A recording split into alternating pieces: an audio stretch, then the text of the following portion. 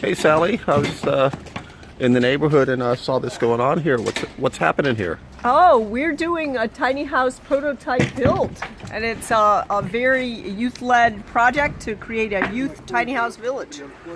Great.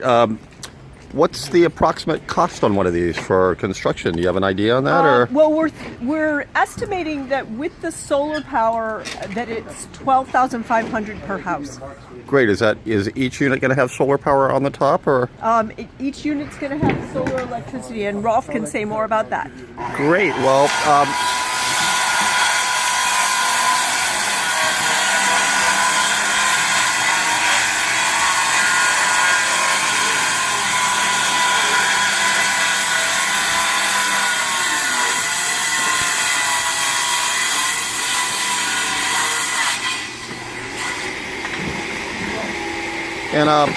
do you have an idea of where this is going to land? Where it's?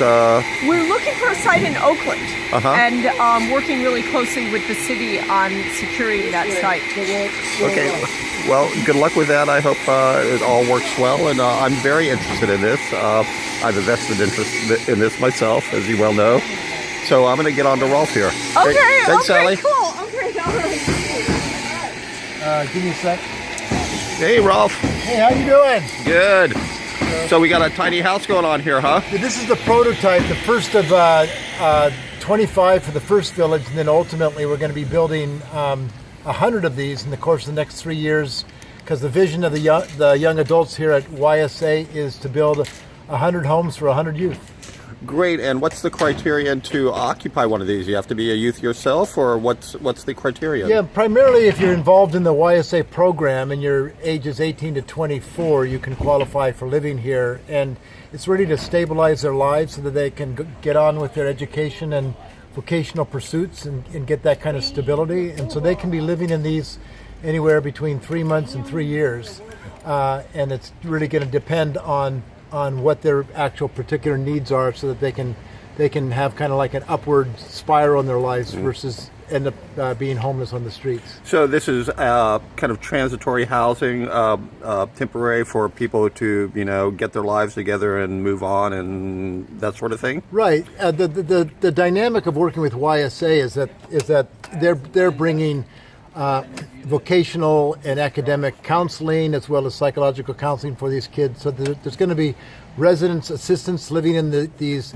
tiny house empowerment villages. There'll be 25 houses and 2 resident assistants. And the young adults are making their own criteria for how you are responsible to each other, kind of like a Quaker consensus leadership style, where they want to create a very positive, dynamic environment that's drug-free and ultimately gives them the tools to be a positive community together.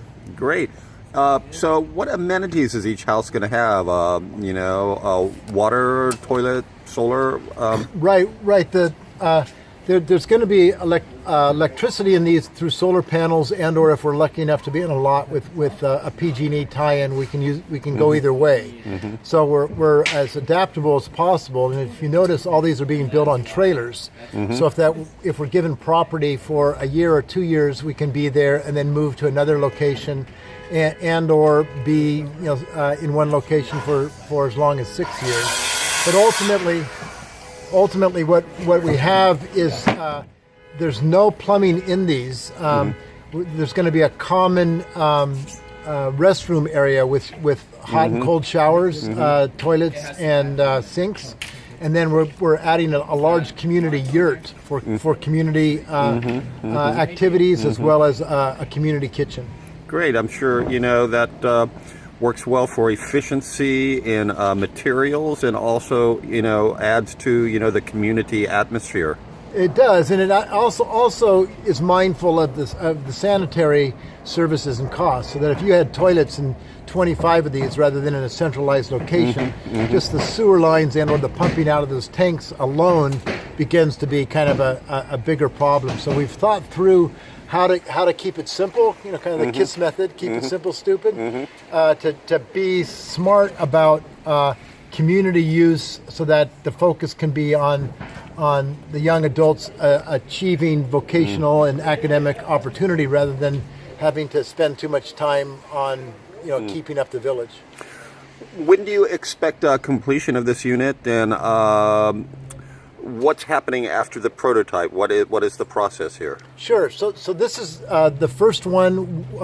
This will be 90% done today, and then we'll be trimming out and adding a few things inside throughout the next week. This one, this prototype hits the road and goes to a dozen different congregations who are going to participate in a much larger build with us in the last 2 weeks of August and the second week of September.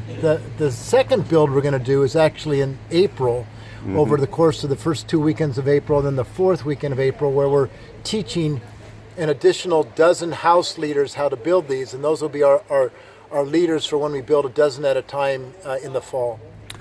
Well, thank you very much, and I'll let you get back to work here, and Godspeed, and thank you for doing the work you do.